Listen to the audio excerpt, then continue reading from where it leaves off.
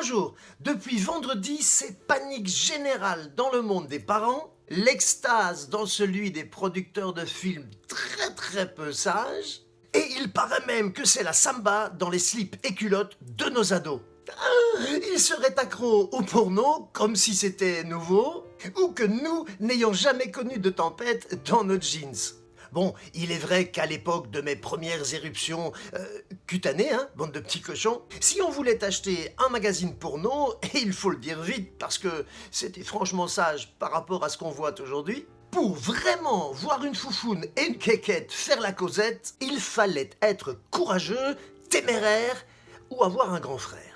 Tenue de camouflage et casque exigés, stratégie et plan de bataille aussi, car le terrain était miné, défendu par une armée honnie, les libraires.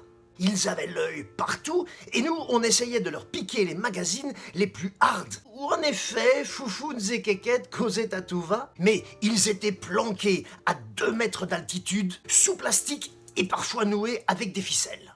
Pour monter au front du porno, il fallait vraiment qu'on ait le feu au cul, car ce n'était pas sans danger. Si on avait un grand frère, on l'envoyait au combat, parce qu'il avait l'âge, et surtout l'air de s'y connaître, et donc de pouvoir faire le bon choix. Ça nous coûtait une blinde et le dessous de table au frangin nous bouffait carrément un mois d'argent de poche. Mais comme ça démangeait grave, on était prêt à tous les sacrifices. Et puis, si ça ne marchait pas, il restait toujours une solution. Reculer face à l'ennemi, la queue basse, excusez-moi, et aller, encore une fois, piquer le magazine planqué sous le matelas de papa. Bref, c'était l'âge romantique du cul. Parce que quand on voit ce que nos ados visionnent aujourd'hui, il y a de quoi faire rougir une bite de 68 et foutre la honte aux playmates. Enfin, il y a un autre changement qui fout les jetons aux darons. Les filles s'y mettent, elles matent du porno et elles aiment ça. En tout cas, c'est ce qu'elles disent dans l'étude qui fait tant de bazar. Fini l'image du petit branleur, il y a aussi des branleuses.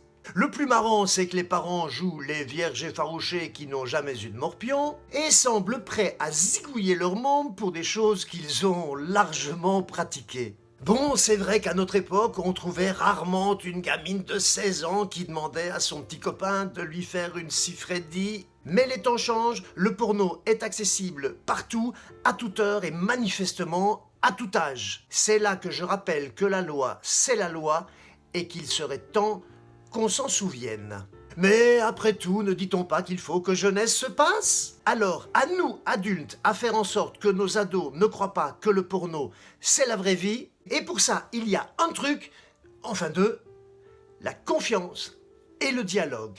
Et puis, ça nous rappelle de bons moments. N'oublions pas nos montées au front et laissons-les vivre les leurs, tout en veillant au grain et bien convaincus qu'ils ne seront jamais plus catholiques que le pape.